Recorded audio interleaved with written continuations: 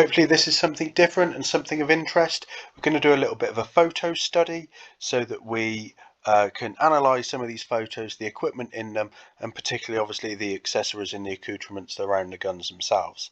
So this photo is of the 9th Battalion Northumberland Fusiliers in a Welsh location. I'm not going to try and pronounce that name, but in September 1941. So Imperial War Museum photo H13818. Anybody can go and download it. Let's take a closer look. So the unit in question, the 9th Battalion, is part of the 18th.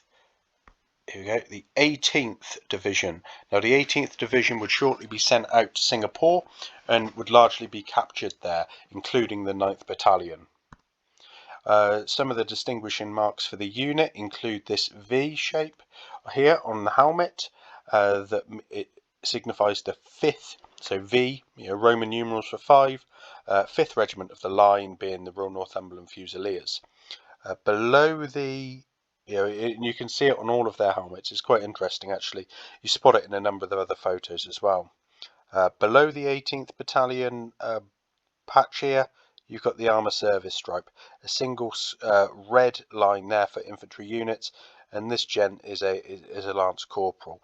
No other insignia present on this guy, and none on your number 2 there as well. So you've got number 1, number 2. Look into the gun. We've got a smooth jacketed Vickers, which is quite interesting. It seems to actually have an additional loop around the water jacket here. Just to be clear what I'm talking about. It has 2 loops on either side of a metal bar.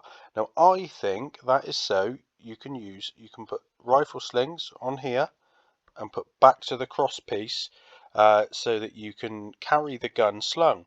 However, it's not something I've ever seen done, and I've never seen that item in anything other than this photo.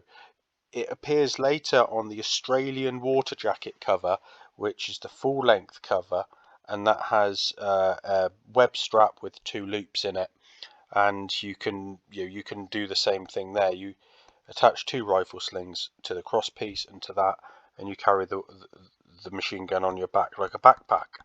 This seems to have it. Say there. Other items here are, it has the blast deflector rather than the later flash eliminator and blast deflector, so it's a half there.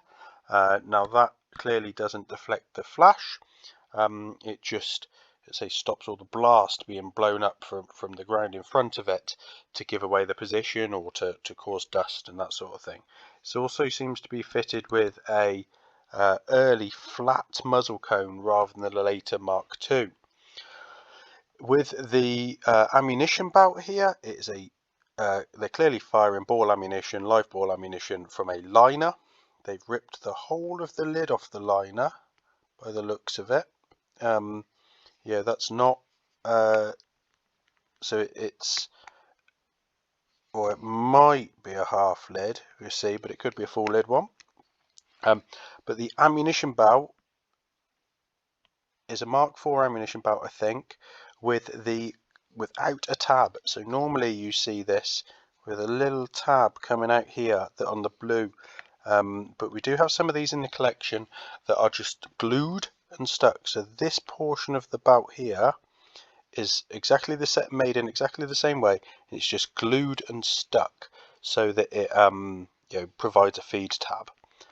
A couple of just interesting points. This looks very long. This front crosshead pin looks extremely long. You've clearly got the water jacket cover, the cover there, the dial sight in place, which is great. They are ready to fire. So the fact that the number 2 has his arm up like that, and this one here as well, shows that they are ready to fire, and the number 2 will be watching for orders from somebody over here. So his arm's up, he's looked at the cocking handle there, he's also looking back here for orders to fire. So and then he will tell the number 1. Number 1 doesn't need to look round at all. They're wearing their battle order. It looks like they're wearing cartridge carriers. So you've got they'll have 20 rounds in each side there. He's also, what else have we got here? There's something potentially under here. He's not wearing cartridge carriers actually, he's wearing a pistol, I think. So that's his pistol holster there. Quite unusual to see number ones of guns carrying pistols at this point, but he clearly is. He's got his dial sight case on the ground here. I'm really struggling to work out what this is, so if you've got any ideas, please do get in touch and let me know. Looks like he might be sat on something. Maybe it's an box possibly, or let's say something else that he's sat on. These are the number two's feet stuck out there, so the legs go all the way behind and the number one can lean on those legs if necessary. Where, as well as the liner, there's actually number 8 belt boxes being used as well. So clearly quite a good training event. We've got one gun here, one gun down there. Some of these guns are numbered, so you can see the number 9 there. The tripod. It's quite possible that there'll be a 9 on the front of the gun there, so that these two are matched and kept together. What else? Clearly, I think that's Battle Dress Surge, small pack being worn with his gas cape here up on the shoulder. Small pack there, look, gas cape. Respirator in the alert position. Somebody else might be able to tell you what type of respirator that is. I think it's a Mark 5 haversack, not 100% sure. What else is there to see? Nothing really. So hopefully that's been of interest. Just perhaps to say that you've got the condenser can there, the 2-gallon can, and it looks like it's got a clip or something there on the handle that might be for the funnel or something. It seems like, so this is the handle here. Looks like there might be something there, or it might just be a clip to hold the lid. But yeah, so picked out a few images there. You've obviously got the the numbers 3, the number 4s, and the rest of the platoon stood behind. Hence, it's a non-tactical exercise, a non-technical exercise, as the caption said. I think that's it. I don't really think there's anything else to add. Oh no, I'm still looking. Wait a minute. Just to highlight the way he's gripping the cross piece there, and to remind people to do so in that way. The dial sight looks like it's actually pointing out somewhere over here. So we'll have the aiming lamp and the aiming post would be over there in the middle between 2 guns, so that this one's pointing towards it too. So yeah, let's stop there.